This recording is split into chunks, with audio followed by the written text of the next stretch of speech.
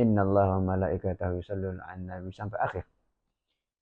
Allah menunjukkan bahawasanya seakan-akan komitmennya senantiasa berselawat kepada Rasulullah.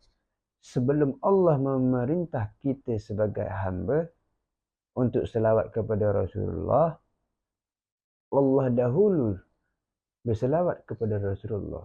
Malaikat dahulu berselawat kepada Rasulullah, baru Allah perintahkan kepada kita untuk selawat. Bukankah kita melihat hal ini merupakan hal yang penting di sisi Allah, di sisi syariat, untuk berselawat kepada Rasulullah? Jelas-jelas sekali.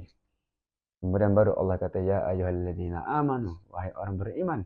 Kalau kita mengaku kita beriman, sallu alaihi wa sallimu taslima. Selawatlah kepada baginda. Ucapkanlah salam kepada baginda.